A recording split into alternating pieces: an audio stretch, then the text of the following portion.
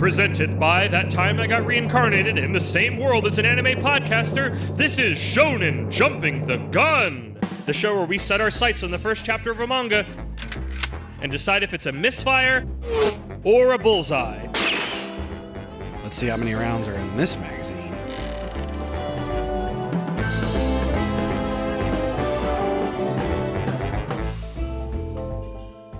On today's episode, Kagurabachi.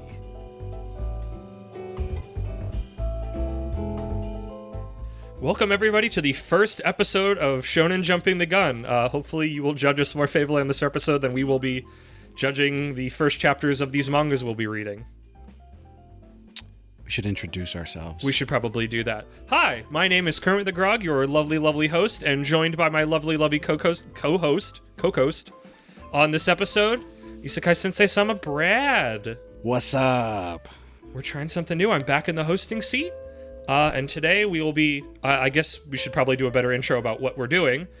Due to our recent bout of new manga in Shonen Jump, we are starting this series to talk about these first chapters of things, and I find it really fun to, even though you have almost no information, to make long-reaching predictions about the quality of a particular series. You could say it's jumping the gun. Wow, what a pun! So today we are starting with a new series that just came out literally 2 weeks ago at the time of this recording that is getting all over the internet, I think, for the wrong reasons. Yeah, I'm really interested in what the heck is going on. I haven't read into it very much. I have a peripheral view of what's going on. So. Somewhat samey, but we are covering Kagurabachi, which I'm hopefully saying correctly, which appears to be the ultimate Shonen Jump formula of, hey, you got your Hitman in my magical sword slayer. Hey, you got your magical sword slayer and my Hitman. And you know what? I'm here for it. Yeah. So Brad, as the test dummy for a lot of these things, what did you think of this first chapter of Kagurabachi? So I enjoyed it. I had been seeing a lot of the memes around before I read it. And based on the memes, I was like, oh, this must be ridiculous because people are making fun of it, right? And then you were like, hey, let's do this new series.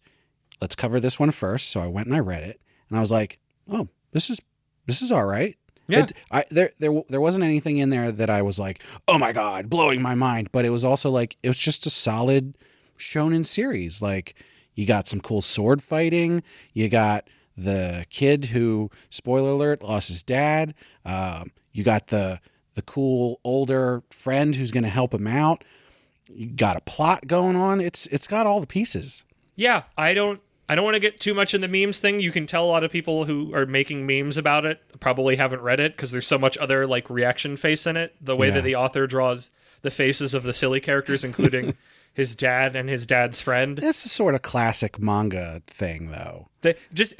All of their mouths are just open agape in these weird angles, and they make me smile and laugh, and I love it. So I guess here's the basic plot of what we've been described so far in this first chapter. So his dad makes swords. I guess later on we learn they are magical. He is apprenticed to his dad to make these swords. Oh, and this is like somewhat present day modern era but kind also of thing. Maybe a different thing because there's like been a war, and there's magic, so it's obviously like an alternate world, but like it looks more modern-y city, but it's not super clear.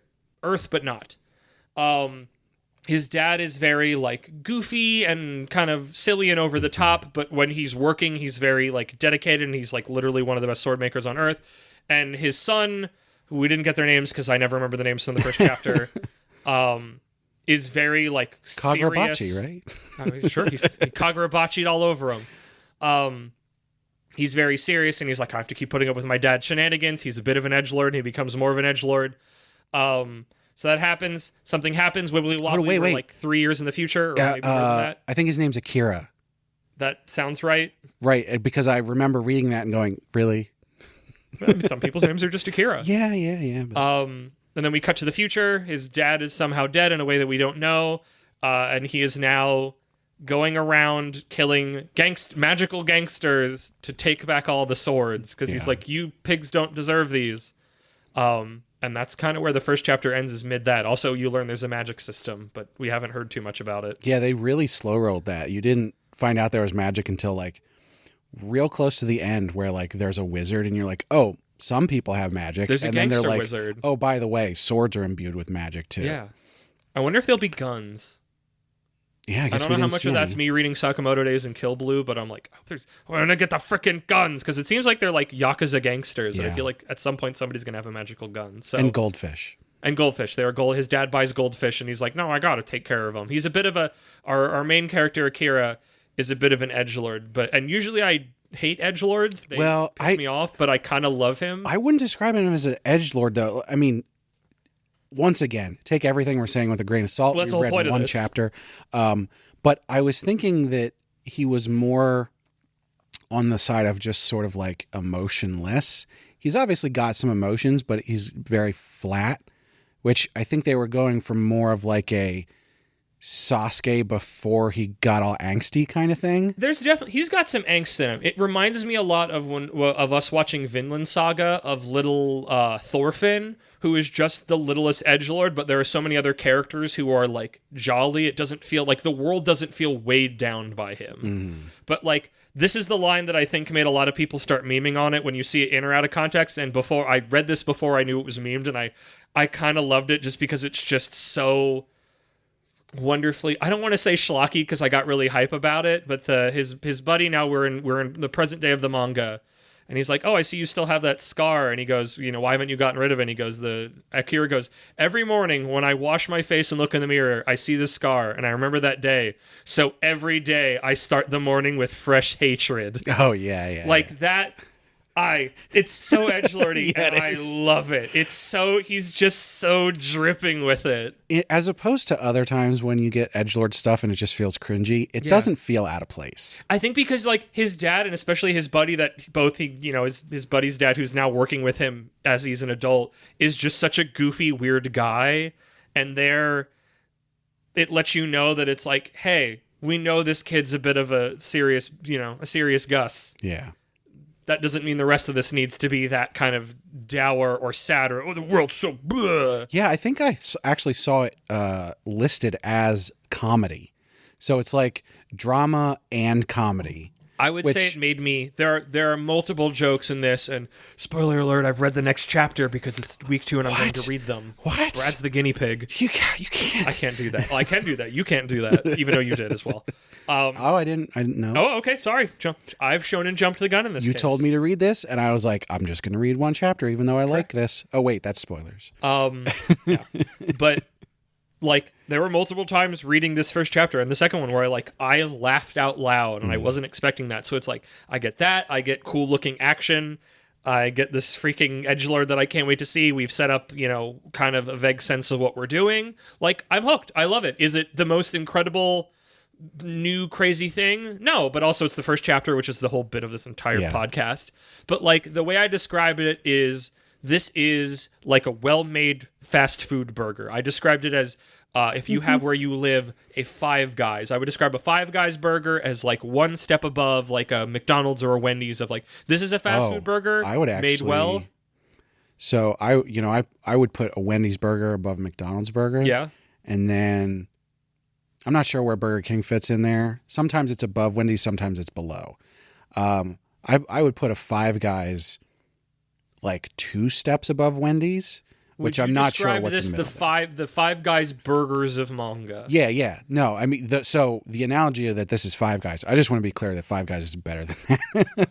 Yeah, okay, good. Yes, thank you. Like, it's not some incredible new cuisine. It's not an artisan burger. No, it's not that either. And it's a little bit more expensive than a normal fast food burger. But it's still kind of fast foody. It's a little greasy. It's very satisfying. And you go, oh, I get why this is good. I'm excited in a couple weeks to eat another of these burgers. Yeah. And I think that's what Kagurabachi is to me. I like its art. I like where it's going. I've liked its characters. I liked its action. I liked its humor. I like it. I was excited to read the next chapter. I'm continually bewildered as an old man why it's being memed so hard, and I'm hoping at least a fraction of the people seeing the memes are going to go read it. It's free. You can go read it right now. The art is, I would say, well executed, not necessarily like new and exciting. Yeah, it's a fairly standard style. It's got a style. Like I said, anytime all the silly characters, like the way the artist constantly draws their mouths. Yeah, and they look like they're making silly faces all the time, but it seems on purpose. Like, I love it. Like, there's a clear style going on here, but it's not groundbreaking, but it's not like a generic look. Right. Because good art, this is also, if we haven't said, this is a new chapter in Shonen Jump, which you can get on your Shonen Jump app for free. We love the Shonen Jump app. You better check it out soon, because in 2 weeks the first chapter won't be free. Oh no, that's no. The first like 3 to 5 chapters are always free all the time. So you probably have like you have forever, 2 months, something like that, to read all of it for free forever. You probably have a month if you want to get on the bus and stay on the bus. But you know what? For free. Pay for Viz. It's like pretty $3. cheap. It's like literally one of my favorite subscription services. So now that we've kind of talked about it, Isekai Sensei Sama Briad, I will present to you my votes, my voting system. So you have a choice from the bottom of certified flop of like, this is trash, this will die in literally the minimum amount of chapters. Flop, which is like living slightly longer than that. Not like, it's like somebody dies and you spit on their grave. That's the difference between flop and certified flop. It'll live, which is like, it'll limp along. It's not going to be instantly dead, but it's not going to like, it won't probably survive 100 chapters. We're also still figuring out the bounds of all these. A hit, which like, it's doing well, it's doing good. I would say like a Akane Banashi or a Kill Blue right now is a hit. It's living, it's doing well, it's always high up in the magazine. And then atop all of that is the supernova, akin to a Demon Slayer or a Jujutsu Kaisen, which is just like, I guess technically One Piece, but that's also kind of its own thing. Yeah. And like, it'd be really fun to do One Piece from its first chapter, which is just like, this is literally like medium and business shifting. Like everything is going to shift around these things. So what would you give of those 5 votes? What would you give? I'm gonna call this a hit. Kagurabachi. I would agree with that. So little bit of meta on this though, because I did see the ranking. Someone posted the ranking, and I think this is currently 4th, which is, it's like right behind Jujutsu Kaisen.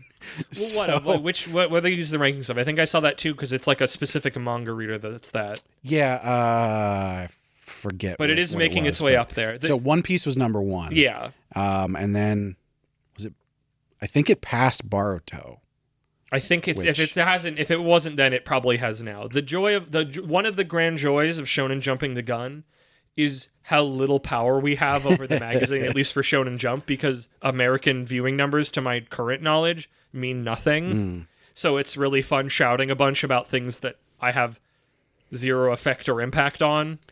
I will say, though, and my feelings can be hurt by Japanese teens that I will never know or meet, but I will curse from a distance as an old man. Given what I saw there, I think this has the potential to be a supernova. I feel like it shouldn't be. It should just be a regular hit. But who knows? I've never read the first chapter of Demon Slayer. I'd be very curious. At some point, I want to reach back at these ones that we know are huge and go, how do we feel about this if we tried to shut off everything we know? And it potentially has a long way to go. So yeah, it set itself up. I think it shows. Sometimes it's not always about what they do, but you can feel the chops of the people making it. Yeah. And this one felt like it had good chops that I was interested in. It also helped that there was another series we'll be talking about probably in the next episode that maybe made my feelings on new chapters complicated. But I think it did everything it needed to do. It hooked me. It was interesting. It had legs because sometimes we will find them. Well, I guess we won't find them on the show unless we go back to things. You can have an incredible first chapter, and then chapter 2 happens, and you can tell the author doesn't know where he wants to go. Yeah. Which is weird, because like you would at least think the first arc they would know where they're going, and it's just like, oh, you just had the start. You just put your boat in, and then now you're waffling from moment one. Like, well, I think it's the Earthchild problem, where it's like, oh, you just wrote a one shot, and then they picked it up, and you had to figure out where to go with it. Yeah, that I would definitely say there's some series that have done that, where it's just like, oh, you had your one shot, and you just didn't know what you were doing anymore. You've caught the mail truck, and now you just don't know what to do with yourself out of the gate. So that's, again, this is the joy of Shonen Jumping the Gun, where you can get the first chapter and it can be immaculate, and then chapter 2 is just like, oh, the wheels are coming off already. Yeah. Spoiler alert, Kagurabachi, in my opinion, that doesn't happen. It's still got time. You never know. Yeah. Well, I'm going to go home and read the second chapter now. There you go. So I guess outside of that, I guess that actually talks to that. We had our first voting system, but that's our feelings if it will live or not our maybe personal feelings about it. So I guess the thing for that, it sounds like you've already answered, is, Brad, will you keep reading Kagurabachi? I will. I read the first chapter, and I immediately added it to my favorites. Now, when I say added it to my favorites, that doesn't necessarily mean it is one of my favorites. It just means it's on my reading list in Viz. I will get back to it. Yeah. Yeah. I am going to continue reading this. I think I'm going to like it. Well, that's fantastic. I will let everyone know, if you have not listened to the regular podcast before, I tend to enjoy things, generally speaking. Yes. So that's not necessarily a great endorsement, but I think it says something. Yeah, I am. If this has not, also if you have not, listened to the normal, the regular podcast, however you want to describe it, the mainline series, this is definitely a guide-in. This is a spinoff. What was that other character up to during this arc? I have strong feelings on things because I like having strong feelings on media, because I can't hurt people's feelings because it's not real. I hope that people with the two of us will get a good perspective, because we are sort of on opposite ends of that spectrum a lot of times. I'm on extremes and Brad is more of an anchor, so I feel like we can bounce things well. That should be said, that especially, talking about Kagurabachi, since we're both on board with it, that's somewhat of a good endorsement. Yes. So, thumbs up, Kagurabachi, a bullseye from only one chapter of evidence, and the comedy that comes from that. Yeah. So, thank you for listening, wonderful listeners. And if you'd like to play at home, you can join us on the Shonen Flop Discord, which is Brad, sorry, not our Discord, which you should also go join, which we will tell you about in a moment, where I've started up the flop pool, which was one of the motivations for this. So you can join in, you can place your vote if you think a new series will live or die, and we'll chart how wonderfully wrong we are all. Or maybe we're super snipers and we had it right on the mark from chapter 1. Who knows? You never know. That's the joy of it. This show and the flop pools are already all about getting egg on our face with how wrong we can be. Yeah. This show is about taking L's in the future. So thanks, Shonen Flop, for giving us this opportunity to have our more content. Thank you for inspiring me to make more things. If you haven't been on there before, Shonen Flop, they are great guys. The Discord is great. As Kermit said, jump on their Discord, go to the Shonen Jump channel on the Discord. That's where you can find all the information on the flop pool. Yeah. A lot of new series starting recently, so it's probably going to, now's the time to hop on and cast your votes. This has been Kagurabachi on Shonen Jumping the Gun. Thank you again for listening, and Brad, hit me with them plugs. Yeah, so first of all, thanks for Sugoi Mart for partnering with us. Sugoi Mart's a retailer of Japanese snacks, drinks, toys, and merch. They got a lot of cool stuff you can't get outside of Japan. And if you click the link in the description or use code APR15 at checkout, you can get 15% off your first order, which also helps us out. You can let us know what you think on social media, which you can find links for on our website, animepodcasterreincarnation.com. You can also leave comments about these podcast episodes and also find other posts and reviews. Don't forget to check out our Patreon. Supporters get perks like getting to vote on which series to cover on heroin addiction, as well as getting the high-quality stereo version of the podcast early. And we'd love to hear what perks you'd like. We got 2 Patreon shout-outs. Ooh. Thank you very much to Rainbow Jello, our first patron, and Rena, who... Exalted. Rena's our biggest fan. She comments on the site all the time, and she's now a patron. Well, thank you, Rena. Be sure to check out the main podcast, That Time I Got Reincarnated, in the same world as an anime podcaster. And Brad, every morning I wake up and read a new manga, so that every day I start the morning with fresh hype.